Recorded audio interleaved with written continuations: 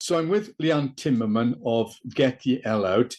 Within Wales at the moment, we can only talk about Wales because it's a devolved government on certain aspects, and education is one of them.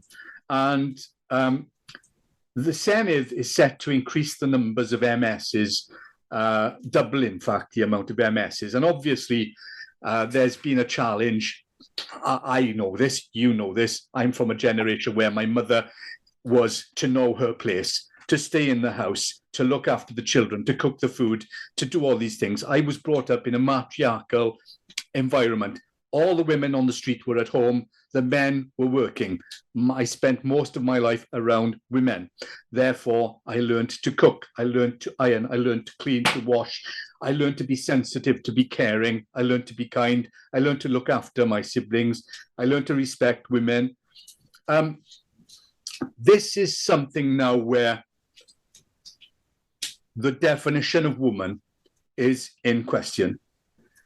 It's never been in question, but there is something that is going to be inserted, for want of a better word, to change or to manufacture, manipulate, whatever word you want to use, this definition of woman, in order that to increase the number of female members of the Senedd, it would take in men who identify as women. Given the struggle women have had over the last century or more for equality, for equal rights, for the respect, for the end to domestic abuse, violence against women, this must, I'm not putting words in your mouth, but this must come as a bit of a hammer blow for women in general. I mean, I've never, I'm not in my 20s, and I could never have imagined that we are at this stage where we are now. I feel sorry for all the girls in school. They, when they've got their period, they are not going to school because they are worried, that they have to share the bathrooms with boys. And I know lots of detransitioners, young women now who went through, operation, mastectomies and hormones, but they are lesbians. They've been tranced, and this is just horrendous. It's just horrendous, just horrendous.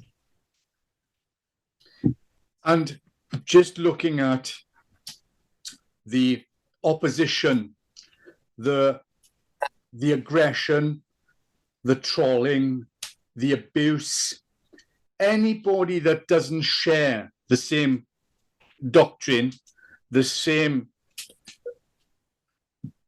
linear thought of this is a woman, even though biologically they're a man, this is a woman, they identify as a woman, it's a man who identifies as a woman, and therefore they are entitled to all the rights, the protections, the safety, the access, female wards, female changing rooms, female sports, all of these things.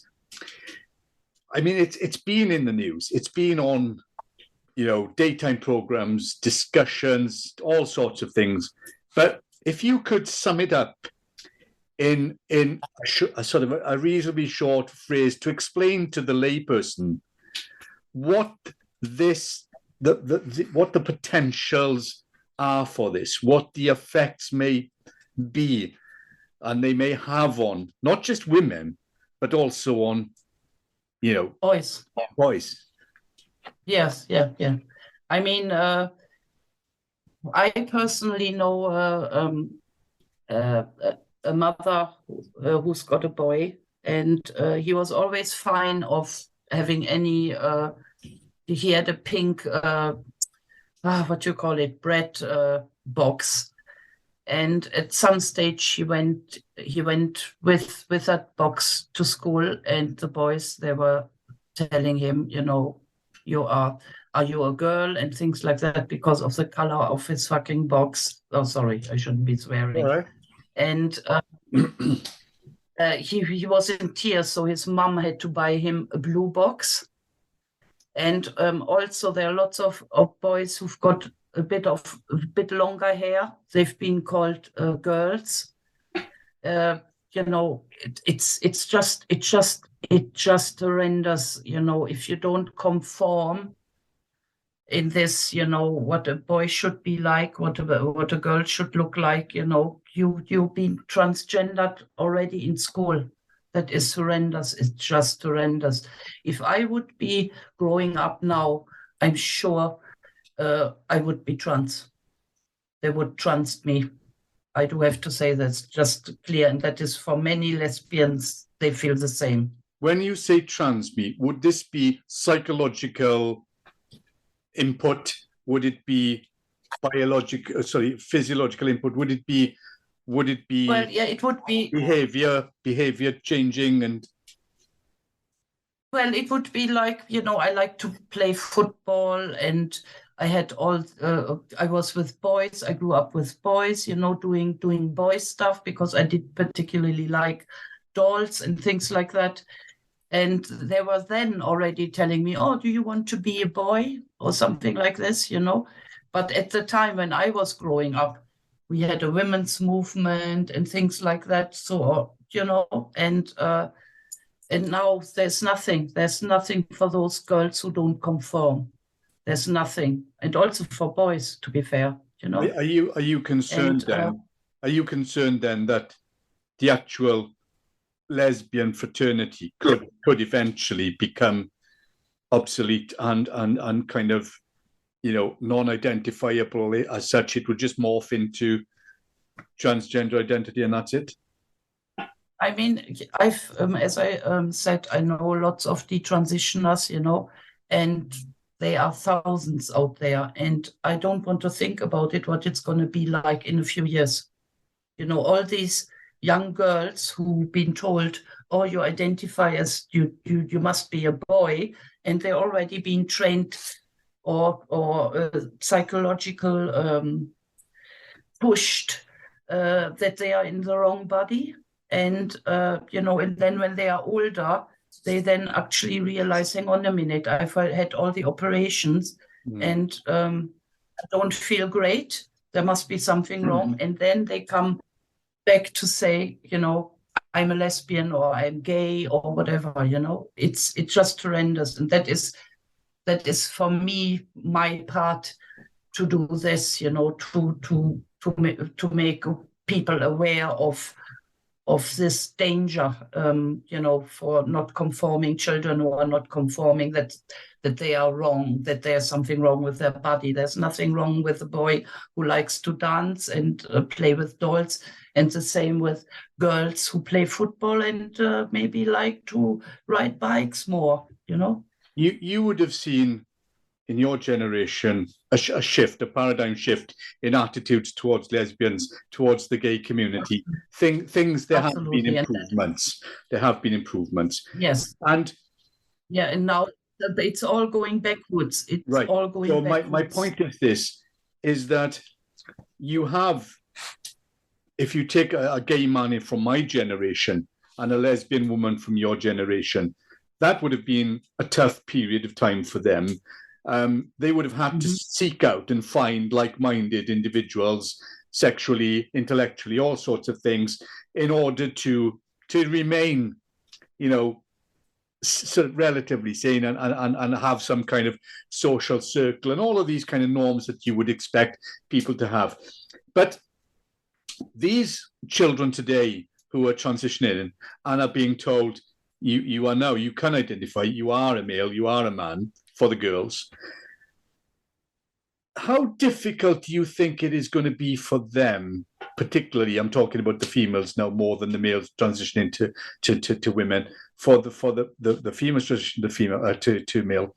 How difficult do you think it's going to be for them to find that kind of equilibrium, that kind of peace, tranquility, normality, given that we still live in a very male-dominated heterosexual culture, and that unless it's by imposition of law, and there are laws to protect that, these people, these transitioning females to males, are going to suffer enormously at the hands of the majority of the male community.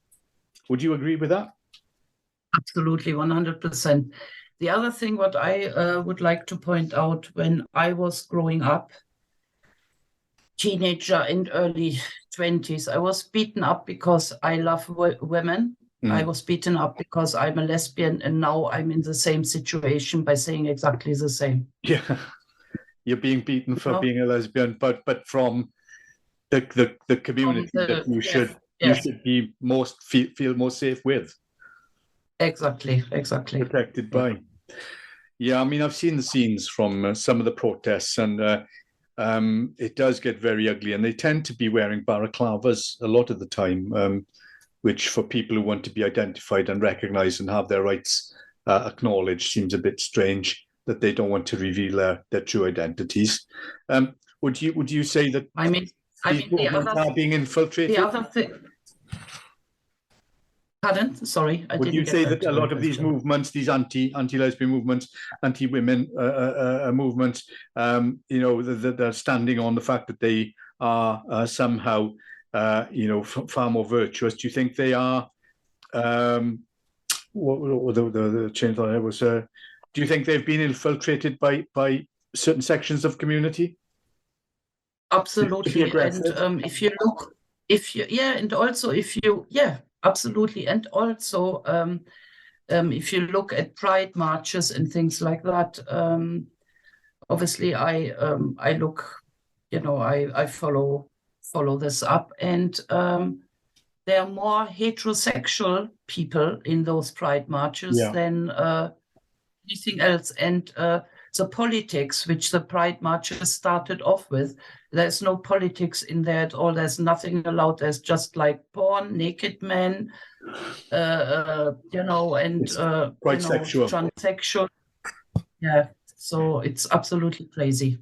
Would you then suggest that you may be aware of it as well, that it's a big money spinner? There's an awful lot of money that can be generated, regardless of what your sexuality is, or what your gender identity you claim to have is. If you fall within those boxes and you fly the flag and wave the banners and so on, there's a nice big fat paycheck coming your way. Yeah, and in those big prides, you actually have to pay to get into the march. It's crazy. It's crazy. So it's lost its way, you would say. It's no longer concerned with the rights of women to be lesbian and to feel safe, and for men to be gay and feel safe, and to all of that kind of stuff. This is, would you say then there's a different agenda here, and that as we see in Wales, the joining in of the politicians to these parades, the joining in of their input to say, we will now dictate that this is how gender stands in Wales. This is our vision of gender in Wales. This is our vision of gender education in Wales. And yet they may not have consulted people like you with this vast knowledge. I haven't heard nothing. Nobody contacted me. We try to get to speak to politicians. They don't want to know. It's unbelievable. It's unbelievable. What do you think is driving this? If you could put your finger on one thing, what do you think is driving this? Is it the culture of me? Is it the victim culture? Is it a political agenda? What is it? I think it's a political agenda, money.